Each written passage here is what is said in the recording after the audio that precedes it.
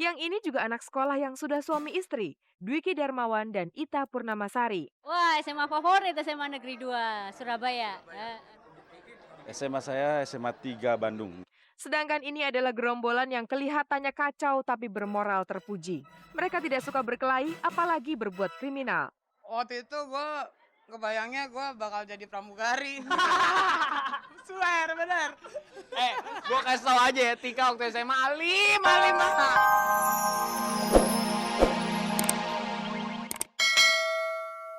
Dan kali ini akan saya sajikan gambar-gambar lainnya yang tak kalah seru. SMU 4, itu singkatan dari sudah mencapai usia 4 tahun kabar-kabari. Dan itu kami rayakan hari Senin malam lalu di Hotel Santika Jakarta yang ditayangkan langsung oleh RCTI bersama program SLI 008. Suasana meriah sudah terasa sejak sore ketika satu persatu seragam anak-anak sekolah mulai kelihatan. Tema anak sekolah sengaja kami pilih bertepatan dengan dimulainya tahun ajaran baru, di samping juga alasan keriangan yang dipancarkan oleh jiwa-jiwa muda anak sekolah. Maka, jadilah acara ini penuh suasana segar. Perasaannya kayak ABG lagi kita ya lo tolong. Kayak berapa puluh tahun yang lalu balik lagi muda, Bo. Iis Dahlia dengan gembira memasang badge sekolah di bajunya. Ia terkenang masa-masa indah sekian tahun yang lalu sewaktu ia masih sekolah. Suasana sekolah kemudian benar-benar hadir dengan artis-artis yang masih pantas pakai seragam sekolah maupun tidak. Tapi ini memang bukan soal kepantasan atau tidak. Ini adalah peristiwa keriangan yang coba diciptakan dengan cara yang unik. Anak saya sampai ikut kan? Sampai ikut dia ke sini, Bu. Pokoknya aku ikut, aku mau lihat Ibu pakai baju SMA. SMU.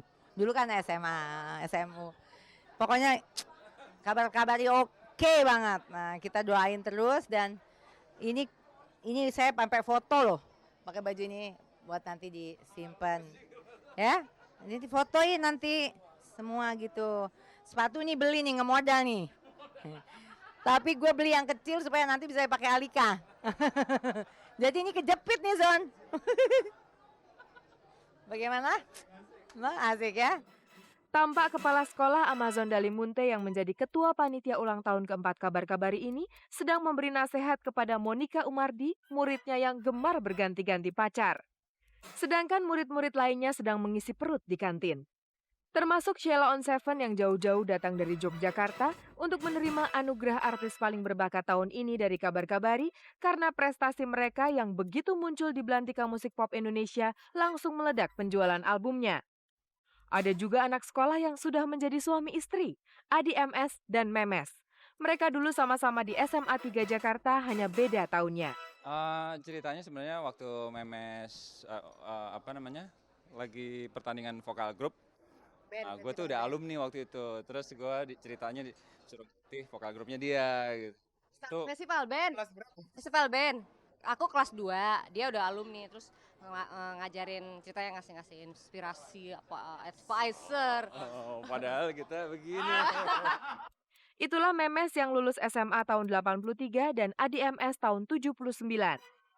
Yang ini juga anak sekolah yang sudah suami istri, Dwiki Darmawan dan Ita Purnamasari. Wah, SMA favorit SMA Negeri 2 Surabaya. SMA saya SMA 3 Bandung. Sedangkan ini adalah gerombolan yang kelihatannya kacau tapi bermoral terpuji. Mereka tidak suka berkelahi, apalagi berbuat kriminal. Waktu itu gue kebayangnya gue bakal jadi pramugari. Swear, bener. Gue kasih tau aja ya, Tika waktu SMA alim banget. Makanya mereka sebenarnya menjebloskan. Nggak, sebenarnya gue alim banget nggak, tapi gue lumayan pinter lah, juara umum gitu ya. Tapi gue lumayan jadi pramugari, karena waktu itu nyokap bokap gue nggak sanggup bayarin gue kemana-mana naik pesawat. Jadi kalau gue jadi pramugari, Delman. Soal rahasia SMA tanya sama gue.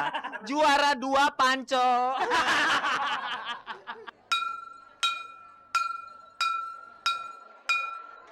Bapak Kepala Sekolah Amazon Dalimunte pun memukul lonceng. Sekolah dimulai. Para murid pun masuk kelas, tua dan muda. Macam-macam murid ada di sekolah ini, dari murid yang paling bandel sampai murid yang paling santun. Tapi mereka adalah murid-murid yang berangkat dan pulang sekolah bukan untuk berkelahi, apalagi berbuat kejahatan. Mereka adalah murid-murid yang belajar di sekolah dan belajar dari kehidupan bahwa masa depan ditentukan oleh diri mereka sendiri sejak muda, sejak masa sekolah. Mereka punya akal sehat dan kejernihan jiwa untuk memupuk sebaik-baiknya jalan hidup yang bermutu. Dari murid-murid macam itulah kemudian lahir artis-artis macam Peggy Melati Sukma yang pada malam ulang tahun Kabar Kabari memperoleh penghargaan sebagai artis yang paling sering muncul di layar Kabar Kabari. Iya payah nih, gue nggak lulus-lulus, pusing, gue nggak lulus-lulus, payah lo, belakang lebih hancur lagi ya.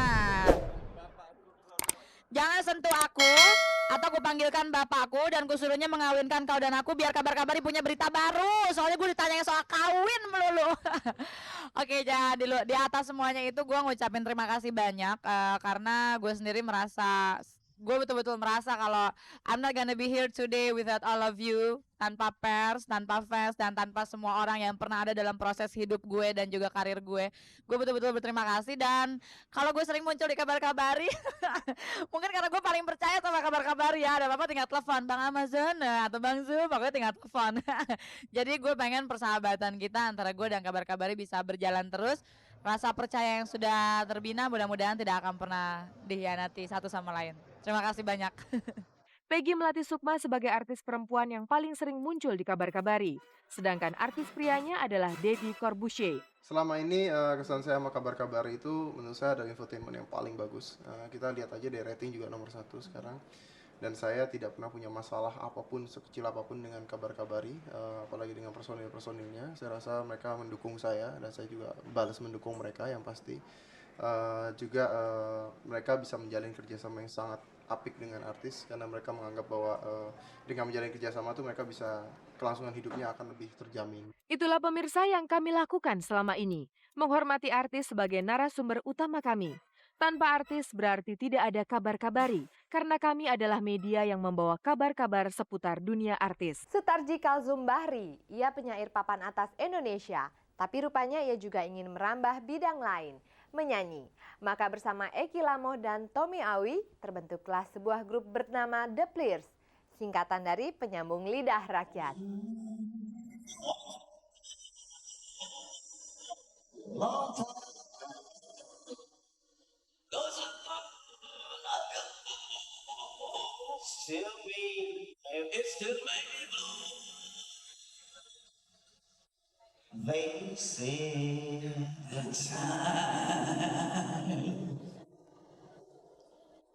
Sutarji Kalsum Bahri dan Eki Lamoh, yang satu adalah penyair papan atas Indonesia dan satunya adalah penyanyi rock. Dua orang ini bertemu untuk menyanyi bersama membawakan lagu masyhur I Can't Stop Loving You. Sedangkan di sebelah sana adalah Tommy Awi, seorang sarjana filsafat yang memainkan piano. Mereka bertiga ini membentuk trio. Disingkat menjadi The Pliers, begitu. Jadi itu singkatan dari penyambung lidah rakyat, begitu. The Pliers. Tentu saja yang paling mengherankan adalah Sutarji Kalsum Bahri. Ia adalah penyair senior Indonesia, tapi sekarang tahu-tahu mencoba menjadi penyanyi. Tinggalkan sesuatu untuk menuju ke sesuatu yang lain lagi gitu. Jadi tentu ada proses itu. Saya kira itu soalnya. Memang kita tak bisa menetap, tidak statis gitu. Kita kayak meja, manusia yang bergerak hidup. Seperti Anda juga semuanya. Manusia yang dinamik tentu akan mencari sesuatu yang bergerak terus sampai akhir hidupnya gitu. Itulah jawaban Sutarji mengapa ia mencoba menyanyi. Manusia dikodratkan untuk menjelajah. Dari penyair menjelajah ke dunia seni suara misalnya. Terus penampilan trio ini kelihatannya lebih pop, tapi dalam pengertian lebih bisa dinikmati oleh penonton. Apa itu sasaran Bang Tarji? Itu bukan sasaran saya ya. Itu sasaran kami bersama. Jadi tak ada di sini oknum-oknum yang semuanya menyatu gitu ya. Dan kami sebenarnya menyanyi itu sebenarnya prinsip filosofinya begini. Kami bukan menyanyi.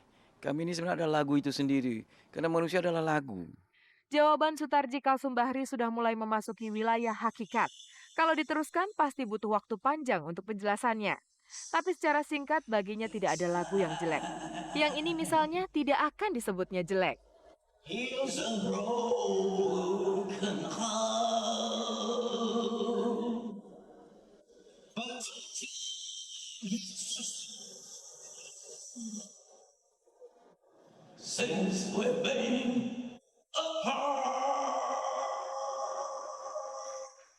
Bagaimana menurut Anda? Seni suara yang buruk atau sebaliknya?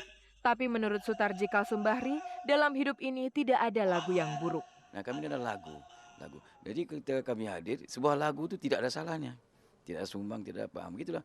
Itu tergantung siapa yang menyanyikan dan siapa yang menonton. Jadi mungkin saja kalau ada orang melihat sesuatu yang tak suka yang kita lakukan, berarti mereka tidak memahami lagu itu sendiri. Bagaimana mereka menyanyikan kembali. Kalau suka juga mereka akan mencoba mengikutinya. Jadi setiap saat kita hadir sebagai sebuah teks, sebuah yang akan diutarakan lagi oleh pendengarnya.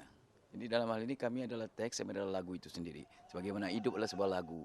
Yang duduk di ujung kiri ini adalah Tommy Awi, sarjana filsafat yang mengajar di Universitas Indonesia dan Institut Kesenian Jakarta.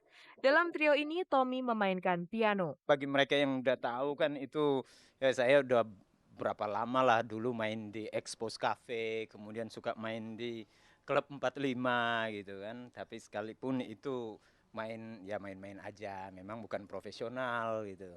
Ya ketemu mereka itu memang itu ya sebuah pemberian lah, ketemu gitu, pemberian alam lah gitu, sampai kita ketemu bertiga itu.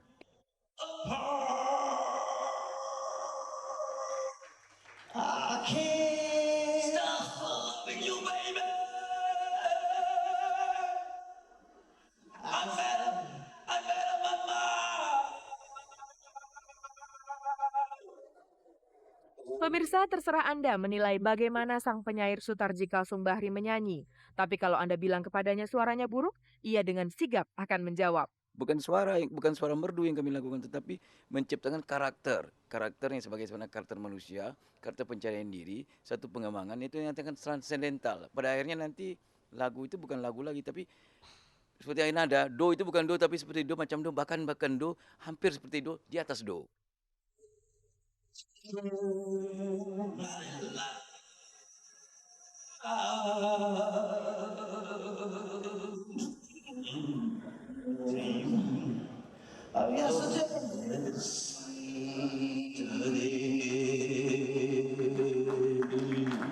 Sutarji Kalsumbahri.